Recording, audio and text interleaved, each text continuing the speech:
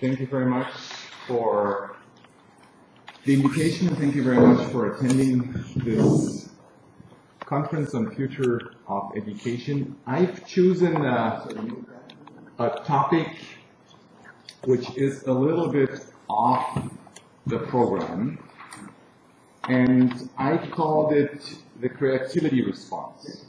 What neurobiology and clinical psychology can tell us about learning, creativity, and problem solving. So I would like to address the next 30-35 minutes the question, what can tell life science about learning? Do we have evidence? How can we improve the learning curve? It's somewhat a dry topic because I have to refer to a lot of studies, but for a medical doctor, it's also interesting to see what really works at the end of the day. From a psychological perspective, it makes sense that we first of all distinguish within the purpose of education between primary education and higher education. The purpose in primary education is psychologically completely different than the one if we are hitting for higher education. In primary education, it's primarily about enabling the graduates to enter the society, to function, promoting basic knowledge in literacy, etc. If it comes to higher education, the psychological demands are different. It's more about preparing a generation to solve complex problems, assuming societal leadership, striving for the truth, and for self-development or self-knowledge. The current discussion on global education, from how I see it, is mainly focused on the following 7 issues. It's about how introducing big data or ICT. It's about how to finance education, whether it's more public or more private funding. It's about how we translate disciplinary findings into an interdisciplinary or translational program. The global education discussion is about gender and ethical aspects, how to access people to the educational system.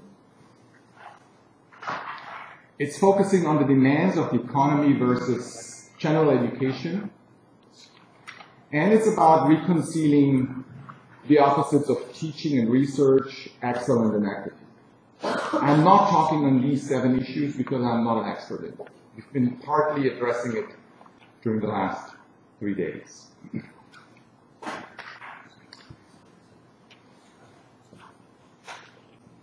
I would like to talk a little bit about creativity.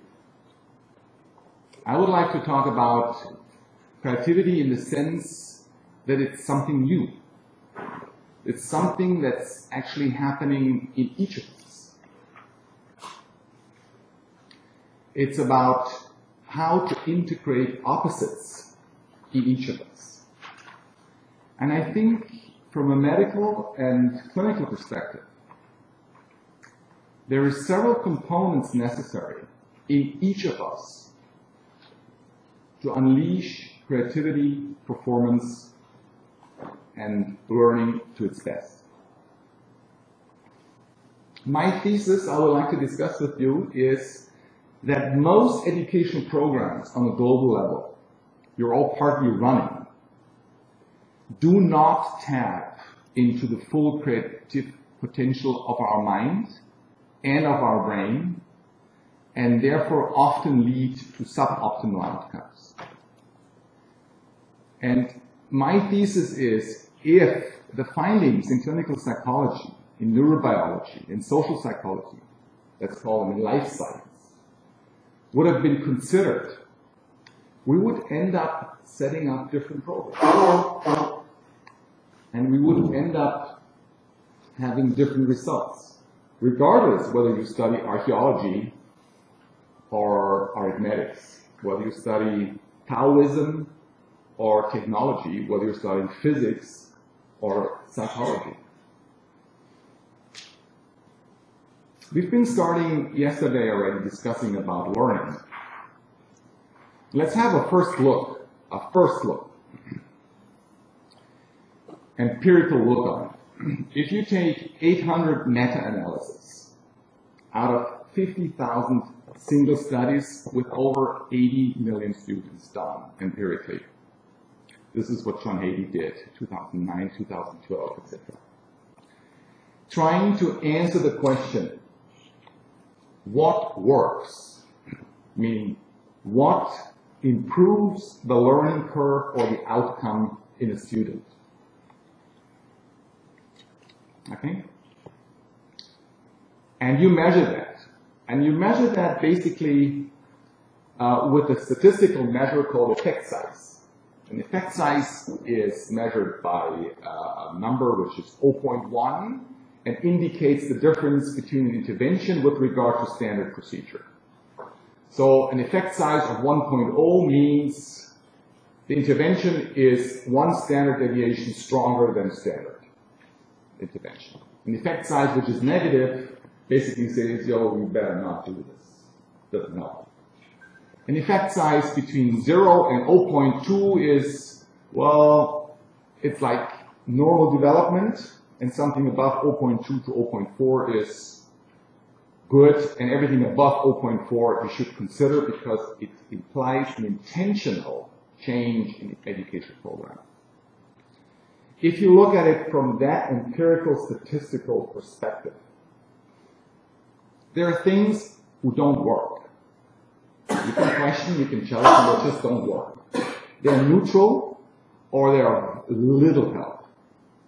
Retention, TV in classroom, high mobility, long summer vacations, age-enriching classes, a lot of state welfare support, technology-based learning at home, preschooling classes, the size of classes, web-based programs, homework, and gender aspects are of little help, neutral, or don't work on an average.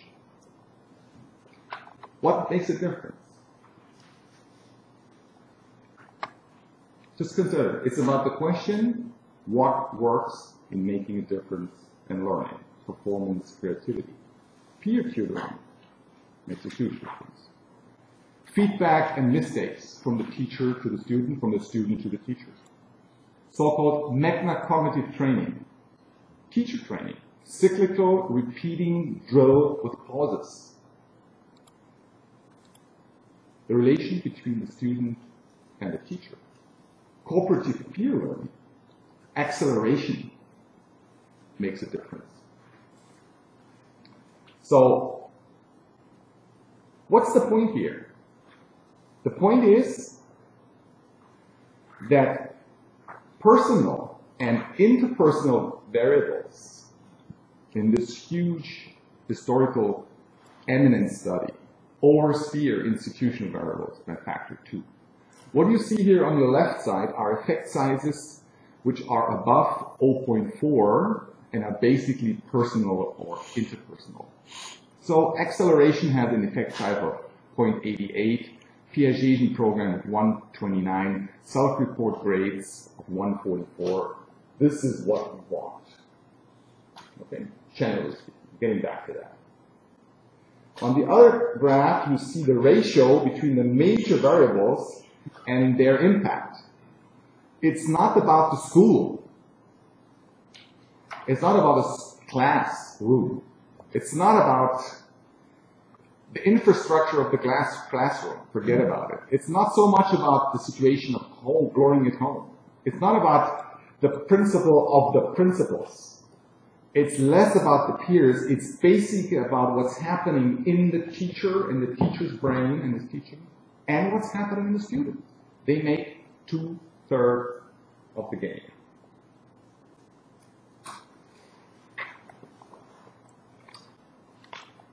Just consider 80 million students. It's a big empirical factor we have to consider if we start talking about the future of education.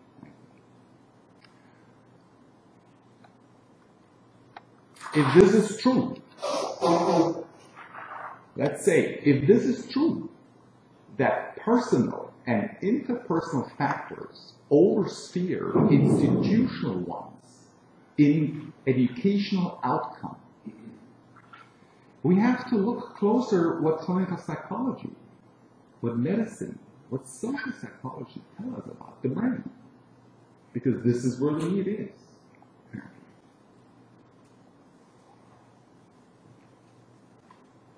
I call it the creativity response. I think from a clinical perspective, from a clinical, practical perspective, I seem very practical, very basic, okay? There's 6 things to consider. You can implement as professors, as politicians, as academics, as deans, into your program, regardless of the program in charge, which would enhance the learning. I'm going to talk on all the 6 of them. I called it the creativity. You know, when we're talking about creativity, we're not talking about happiness. Okay? We're not talking about fun. We're not talking about wealth or wellness or satisfaction. We're not talking about that. We're talking about a form of adopting to the world where new information and new networking allows new thinking, new processing, new coping with challenges and problem solving. Creativity is about something new, something which hasn't been done that way before. You know? In order to talk about creativity and the creativity response, it's not about talking about achievements. And we're not talking about a specific talent. We're talking about a genuine human condition inserted in each human being. You know, someone who is creative, he's actually able to integrate opposites. Competition and cooperation, theory and practice, aesthetic life and abundance, one discipline to the next. He is able to discriminate between good and bad ideas. She or he is able to ask the right questions never been asked and respond to challenges never been responded in a very unique, individual way every day in each human being. From primary to higher education 8 billion times each day, all life long. We cannot not learn, is something we discussed yesterday. Just as well as we cannot be not creative. We're always creative, all the time, 7/24. The question is just, can we unleash this capacity to its maximum? And I think there's 6 components to such a creativity response, which could do that. And the first one is, now it's getting even more practical, I'm very sorry, is about the link between learning, cognition, and exercise. Just let me do a short introduction. You know, I'm a psychiatrist, so I'm always looking at the brain and at the mind of people. There's 2 brain regions which are necessary to keep in mind in order to understand the argument. The first one is the so-called prefrontal cortex, PFC. This is this part of the brain, right behind your eyes. In dogs, it makes 7. In monkey, 17. In humans, it makes 30% of the whole brain. Some researchers say this is what you're saying, what is specific for humans because of its size. In this part of the brain, you have the so-called executive functions. It's about planning, thinking ahead, rational decision-making, attention span, impulse control, role-taking, morals, empathy, understanding others, self-awareness, learning curve, creativity. These executive functions develop between the 3rd and the 25th year in your life. more or less. And one of the indicators of a large PFC is, for example, you can measure that, I'm going to tell you later on, when you have the capacity for postponed gratification, which leads to higher self-esteem, higher mental concentration, and also higher societal success. The second part of the brain you should remember for this discussion, for the purpose of this lecture, is the hippocampus. This is where it's right in the brain. This is where we store, consolidate, and reactivate memory. There is no learning, there is no performance, there is no form of gravity whatsoever without some kind of memorizing something. One of the best, empirically best documented links between performance, creativity, learning on one side is the link towards exercise. It sounds a little bit kind of trivial for you, but it's absolutely substantial. There's studies done in PNS this year, this summer. They put students 90 minutes just walking in a park. Just walking in a park. And the others walking along the highway. And then after that, they assessed cognition speed, memorizing, abstraction span, etc. And there's a difference. 90 minutes walking in the park. Doesn't cost you a thing. Right?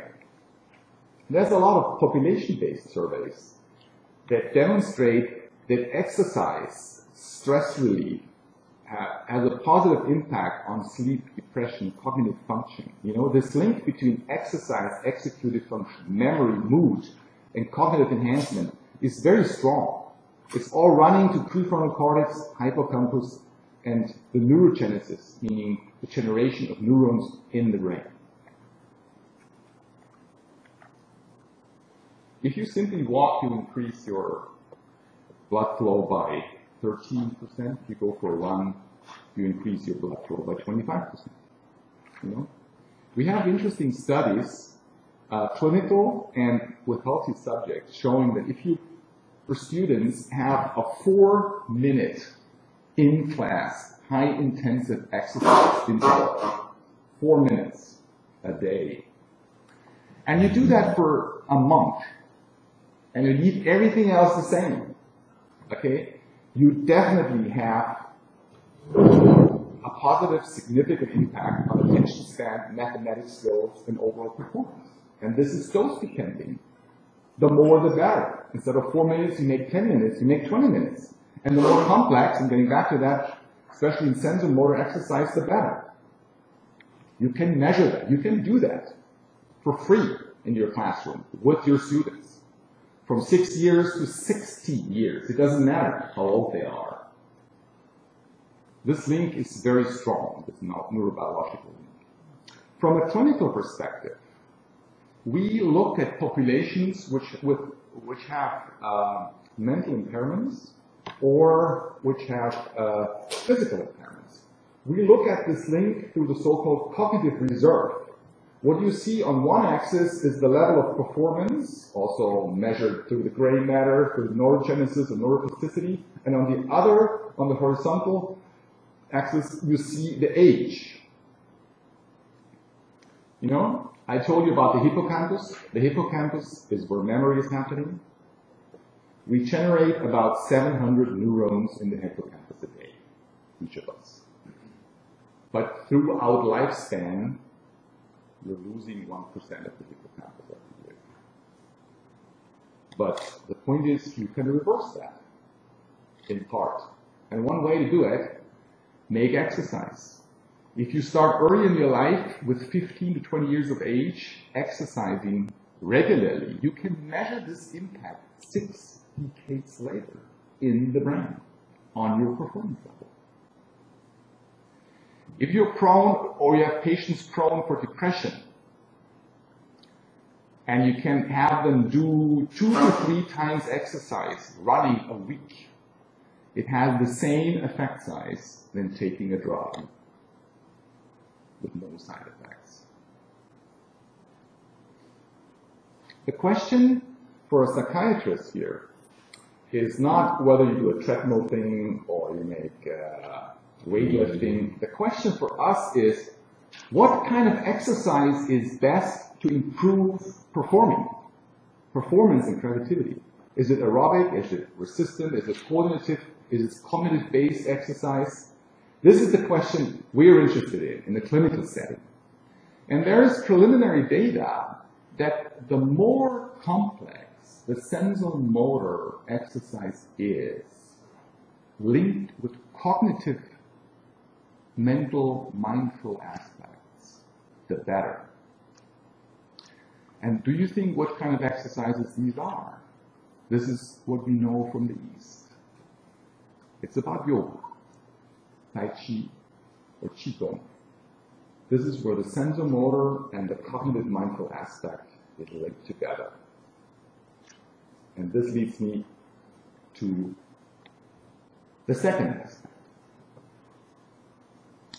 You know, in most programs you're running, you have to deal with a lot of data. Okay? And the big data debate from a medical perspective looks different than the big data debate from an engineering or IT expert perspective. I tell you how it looks like from a medical perspective.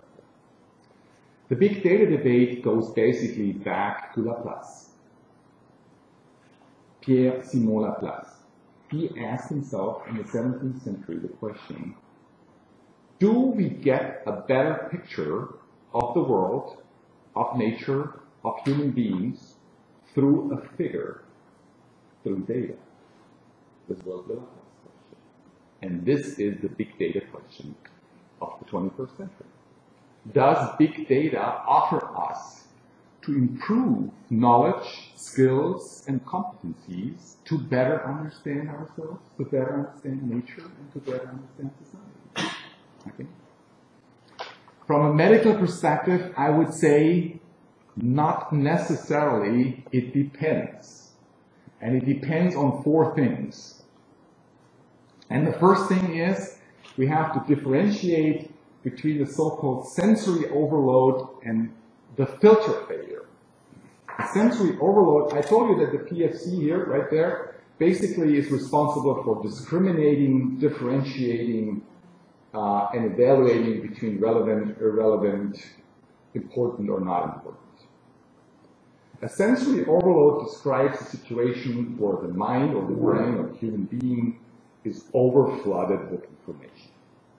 Okay? If you go on the web, you can think that's too much to process. From a psychological perspective, it's not so much a matter of sensory overload. Because throughout mankind, there's always more information outside than inside. It's more a matter of filter failure. And the filter is the prefrontal cortex. Meaning, how much is the brain able to properly discriminate between junk and relevance, between good and bad, between significant and rubbish?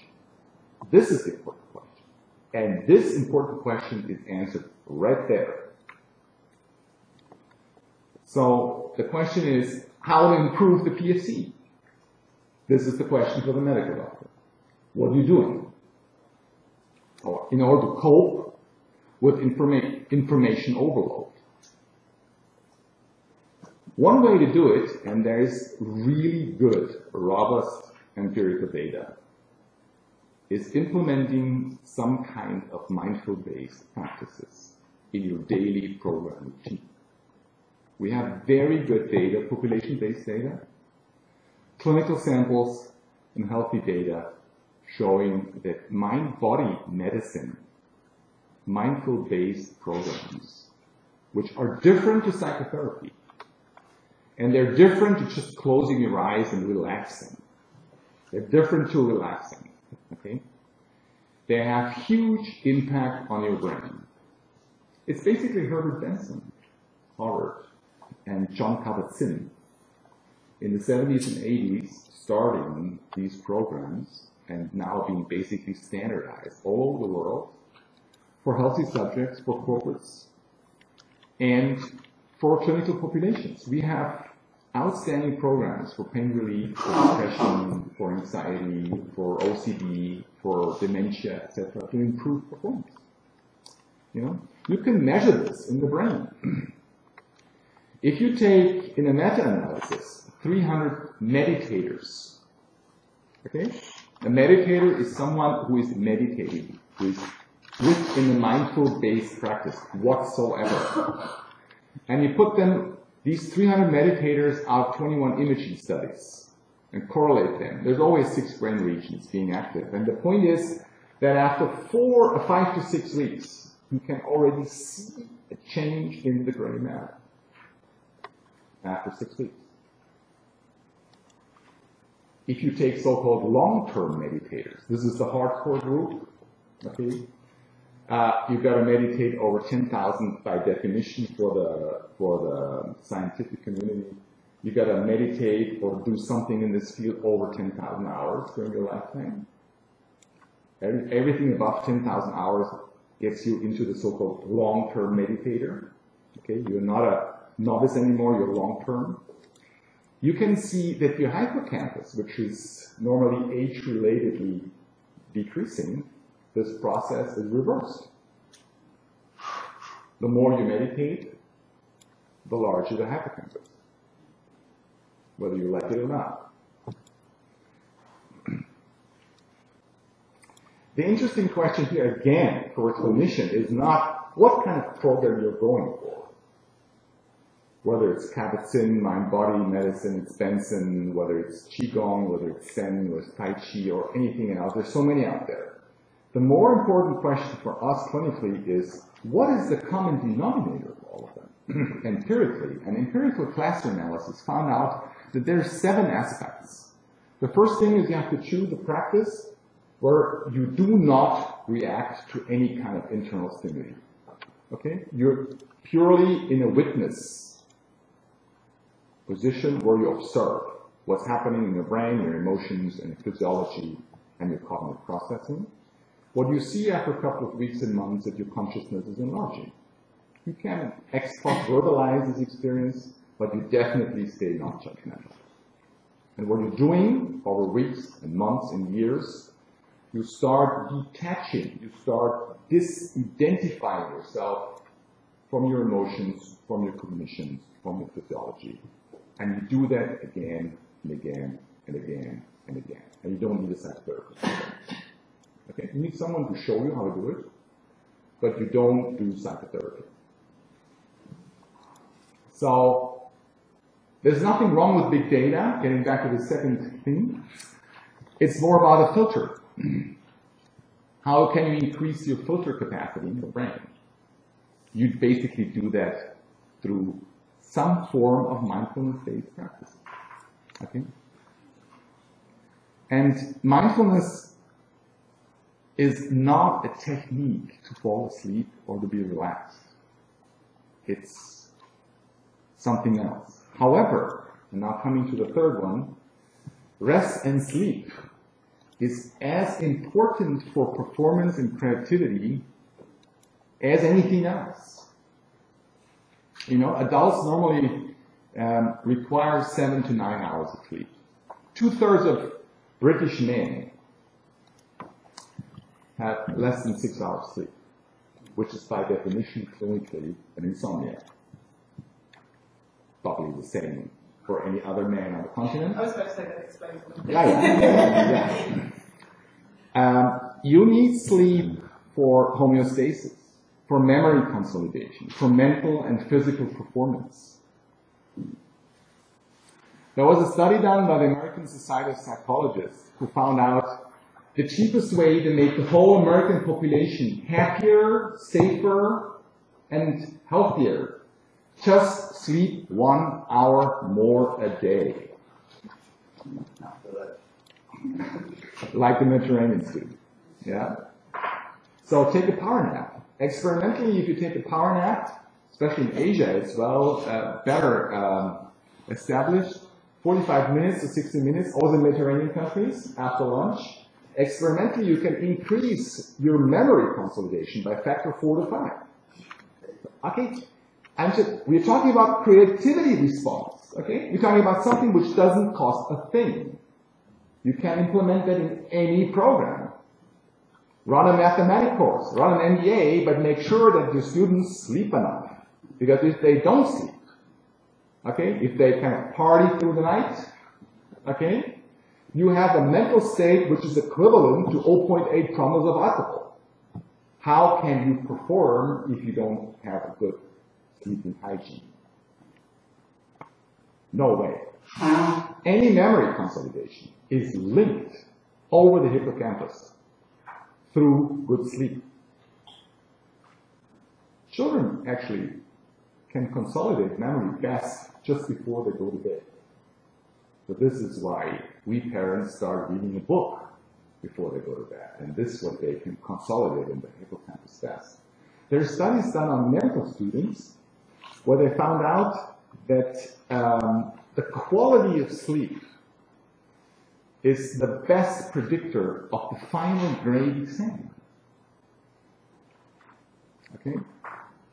I think this is a relevant result. We have to talk about it. Whether it's not so sexy, but it's a relevant thing. Get a good sleep. Okay? How to manage this? I mentioned 5 of them. You know, you need to change your lifestyle, your sleep hygiene, close your computer, because the filter for blue light is always cognitively enhancing. If you sit in front of your computer in your bed, you have a blue light, basically, this is enhancing. It's good in the morning, but it's bad in the evening. It's all known. So if you have your computer on until midnight, your melatonin is basically always disturbed. And from a naturopathy perspective, we have also good data. The best and cheapest thing to fall asleep quickly, take a warm foot bath. 2 Nature papers published in 1999 and 2001 demonstrating that. Every grandmother knew that already since 500 years. If you don't fall asleep, take a warm foot bath. It's cheap, no side effects, no pills, works, and doesn't make big fuss about it. You can take supplements. We can talk about that on top of it. Number 4. The way we address issues, the way we learn, we challenge, and we try to understand academic issues is in part determined by the media we're choosing. We've been discussing that on Sunday night and yesterday. Generally speaking, to the extent we are using ICT, to the extent, I have to be very careful because there's a lot of problems out there.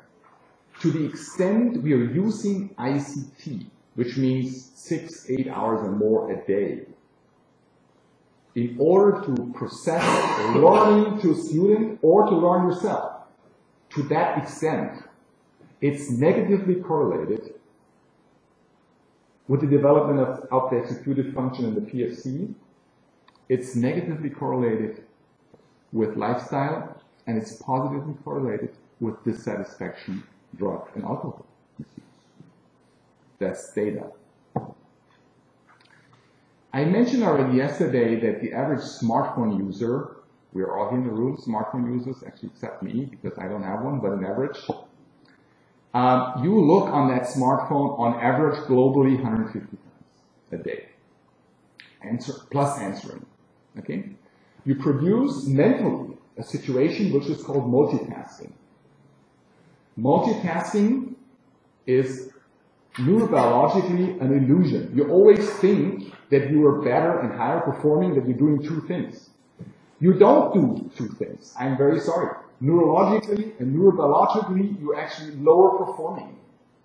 Experimentally, you can show if you do something, like you do a mental study and interrupt that every 3 to 5 minutes with an SMS, you end up with a functional reduction of your IQ of 10 points.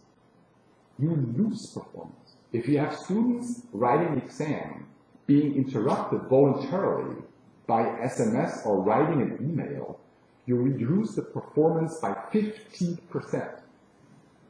There's even a term, FOMO. You know what a FOMO is? No. Oh, you have to know what a FOMO is. A FOMO syndrome 80% of social media attenders have a FOMO. Fear of missing out. This syndrome is correlated with the DSM-4 towards what we call addictive syndromes. You can measure that. There was just 2 or 3 weeks ago a new study published by the OECD exactly on that question.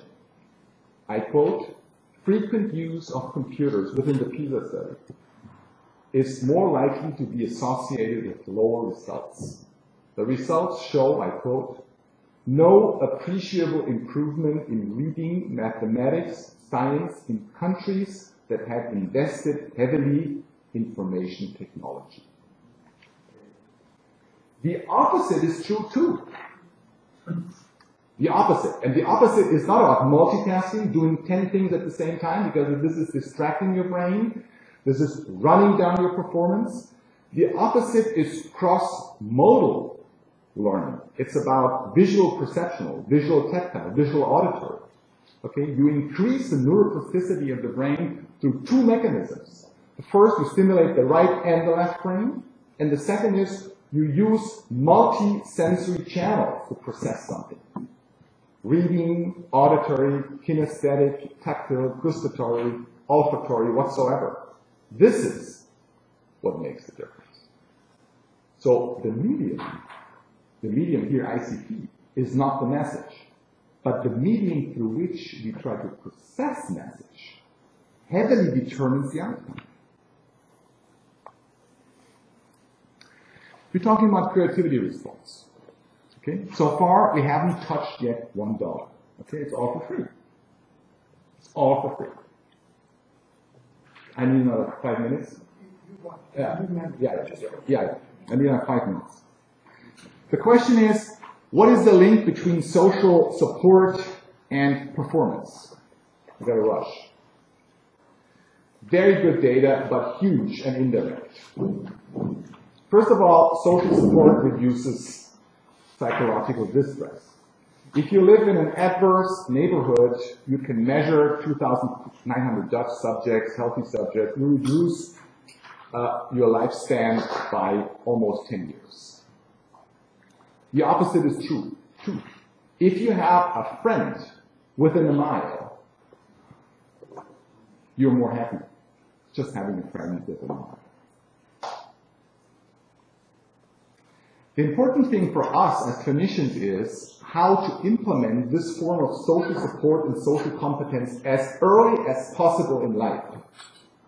Okay? Children who score high in social skills within the first 10 years of their life have 4 times more likely to graduate from high school than without. Extremely good data. It's always the same cascade. Kids feel alike, they feel bonded, they pay attention, they bond to the peers, they bond to the institutions. And this is completely independent to IQ. Completely. Doesn't matter how bright the brain is. For a clinician, it's getting more complicated if you're talking about the quality of the support. The quality of support in the 724 society where everything is linked to everything. Okay? We have to be very careful replacing real face-to-face social support systems through virtual ones. It's not the same. A virtual screen time social media contact is, by the extent you're using it, especially young generation, negatively correlated, empirically based with life satisfaction, performance, learning curve, anxiety, perceived stress, alcohol misuse, sleep quality, eating habits, and depression. These are the famous Heckman curves we all know. Heckman, Nobel Prize for economics. He showed throughout the last 20 years that if a politician has money to spend on with an education, don't spend it post-schooling somewhere between 30, 40, 50. Take the money and spend it within the first 5 years. The return of investment is factor 10 to 15 higher. $1 spent within the first 5 years in the program very intelligently, that makes the difference. It's This is clear, empirically clear. It could be not clear for the political decision making, but from a scientific perspective, preschooling investment has the highest return of investment. And finally, nutrition. Okay? On a population-based level, we're talking about low-meat Mediterranean diet associated always with lower risk of cardiovascular disease, with cognitive impairment and depression. For example, if you take 1,000 subjects eating 5 years, pomfret, chips, trans fatty acids, you can measure that they are declining in mood, cognitive enhancement, and performance, especially under the age of 45, etc., etc. The second thing is about fasting. Low calorie into fasting. We have experimental data, we have animal data, healthy subject data, clinical data.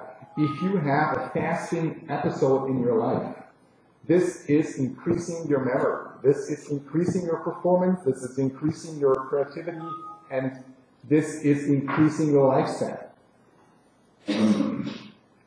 And you can add, if you want, some supplements. It's very good data. You know, 2,000 Japanese employees, one group is getting normal Japanese food, and the other one gets Japanese food plus a bunch of supplements. They perform better. Higher mood, higher performance, higher learning curve. I just want to make one note, because you mentioned this about the neural enhancement.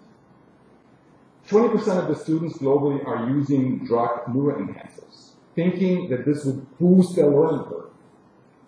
I went through the meta-analysis a little bit, especially also for the purpose of this lecture, and the findings I drew out of it is it's in some studies a little bit above placebo, but it's definitely negatively correlated with concentration, executive function, creativity, mood, and memory.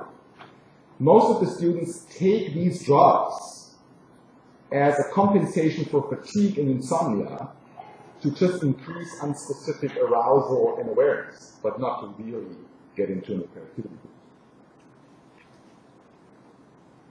Final remarks? I think creativity is about something new. It's happening in each of us. The purpose of education from a medical perspective is not about financial wealth, it's not about fun, it's not about wellness or happiness. It's about an ongoing process of being creative, becoming creative, encouraging creativity. This is true for any discipline you're choosing. In order to promote this asset in each of us, it's actually not more money we're needing. It's not more welfare we're needing, or another 25 disciplines. We need a creativity response.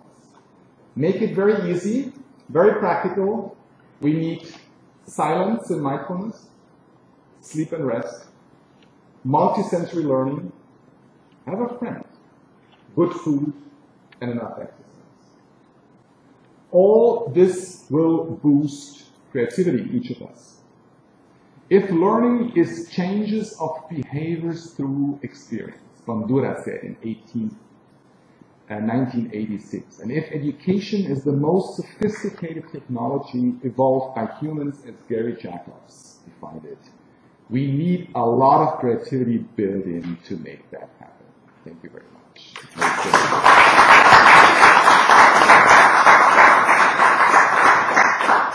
I don't get published that from the whole work.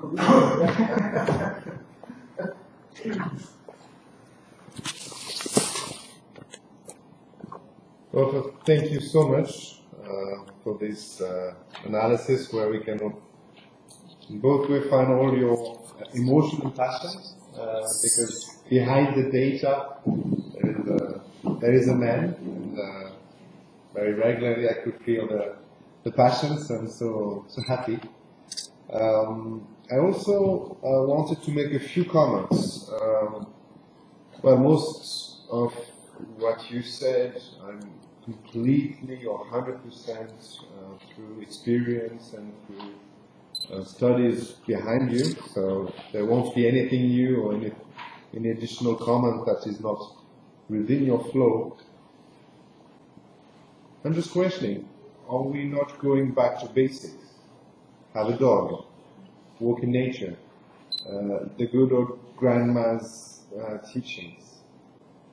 All the things that modernity and progress forced us into are actually killing us. I'm not a fan of the complex theory. I much more believe in mediocrity. I believe systems are mediocre. They are just stupid. So I don't think there is someone or somebody behind the scene pushing us, to kill us. I'm just saying, by our ignorance, we just mimic, okay? Like monkey. We just do exactly what the other one is doing. And even if it's stupid, we just mimic it. For example, we live in cities. And we usually have, if you have lived in Paris or London or any big cities, you have a wall in front of you. You just have, your eye cannot go far away. We need nature. We need not to have something in front of us that makes us curve the head. We don't need to go to the subway, metro and this kind of stuff. But really, all these external stimulus are actively killing us, day by day. And my personal experience in the industry, in business, is really to see people that they're proud to tell you that they sleep 5 hours, The best they are, the less they sleep. They're just drug addicts. They're workaholic, and it's a good thing. It's very valued, If you give all your life, including the Sundays, doing a barbecue party with the colleagues, it's good for your career. But we are giving our life to drug addicts. These guys are addicts, really. This is probably where in the world there is the highest level of suffering. And I'm not joking. High multinationals are the one that we need to help. And there is just one word that I really have not heard in your presentation that I would like to add is love. There is nothing we will ever do without empathy, care and love. Nothing. And there is no possible study on love because it's a presence. And mindfulness also helps cultivate this love, this presence. Because if not, it's just doing something with your mind in the narcissistic way, the New Age way. But if you did not cultivate love for the other, then you're doing something wrong with your meditation. And as a consultant and a coach, I guess 99% of my job is to listen, to sit down, listen with care. And all the negativity and suffering come out. There's just nothing to do but accept the suffering of the people that I have in front of me. And they have the solutions to their own problem, mainly because they created their problem themselves. Another way to phrase it is they are the prisoner, the jail, and the warden. They created the jail they are into, and they make sure they stay in the jail. And this can be freed up by a caring and loving presence. So long story short, thank you so much. This is very scientifically backed data, and I'm sure by your own experience as a human. I have other words to say the same thing, but in the end, cure yourself, go to nature, stop coffee, stop laptops, have a dog, sleep well, love your wife or love your husband. Come back to basics. And if you don't do it for yourself, do it for your kids, do it for your moms, or do it for your employee, because they need you to be healthy. They need you to be happy. And they need you to be a good human. Thank you.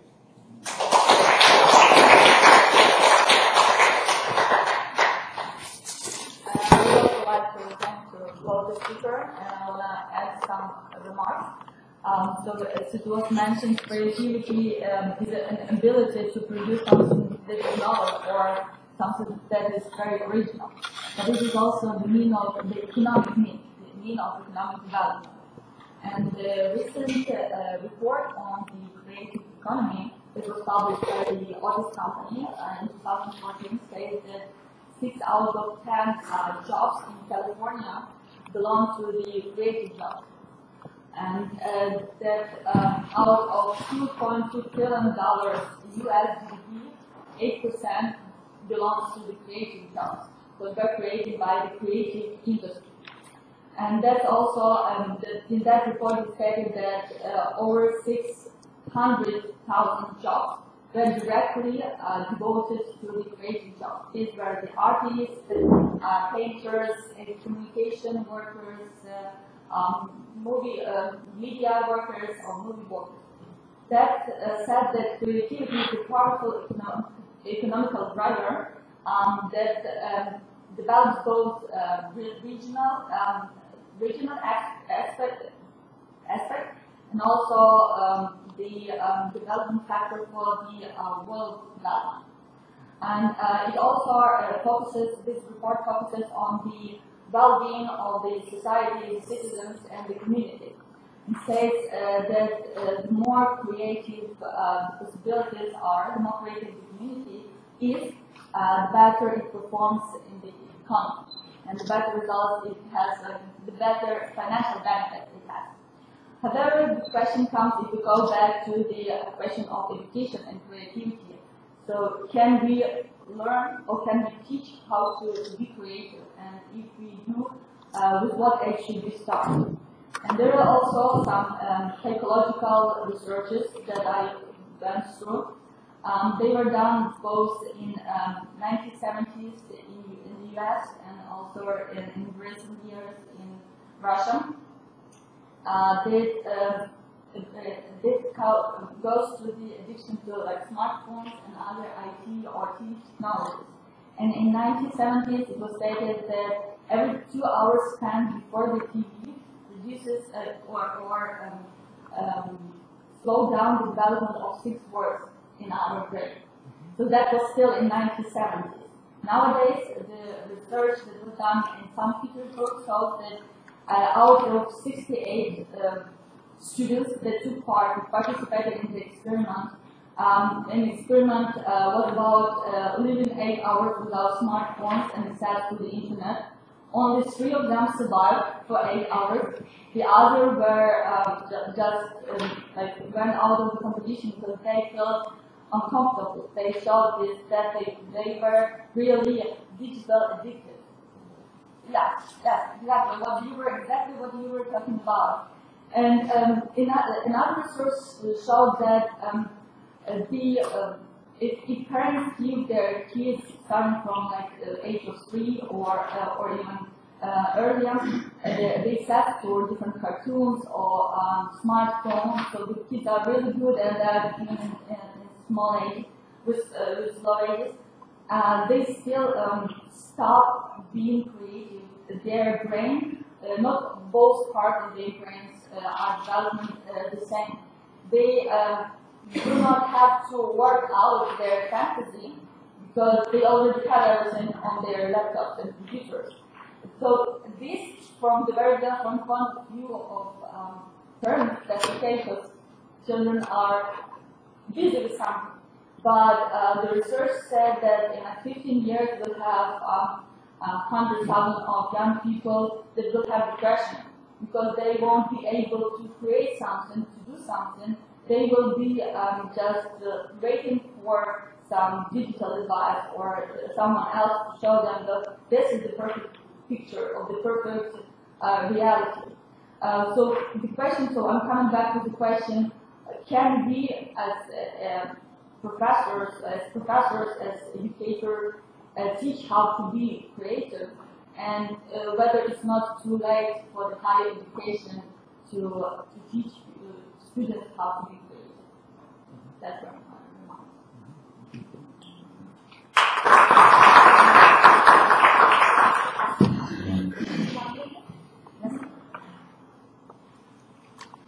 Thank you.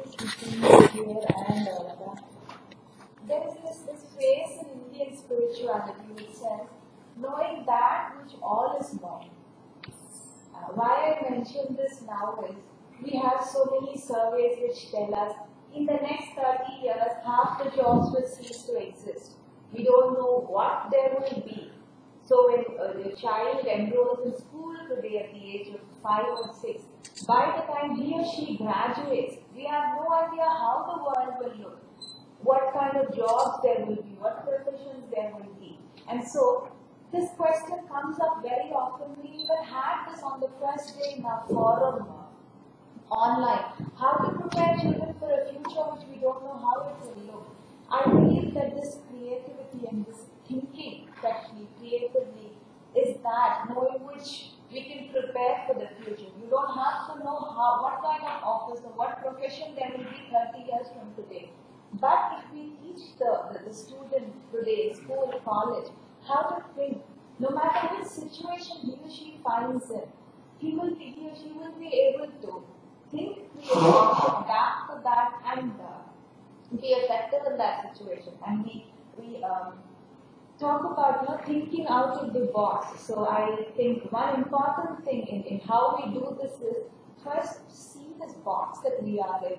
If I'm in this room and I need to go out of this room, first I have to see that I'm inside these four walls. And only when I become conscious of this paradigm that I function in currently, can I move to a new paradigm. The new paradigm is such an important initiative of the World Academy.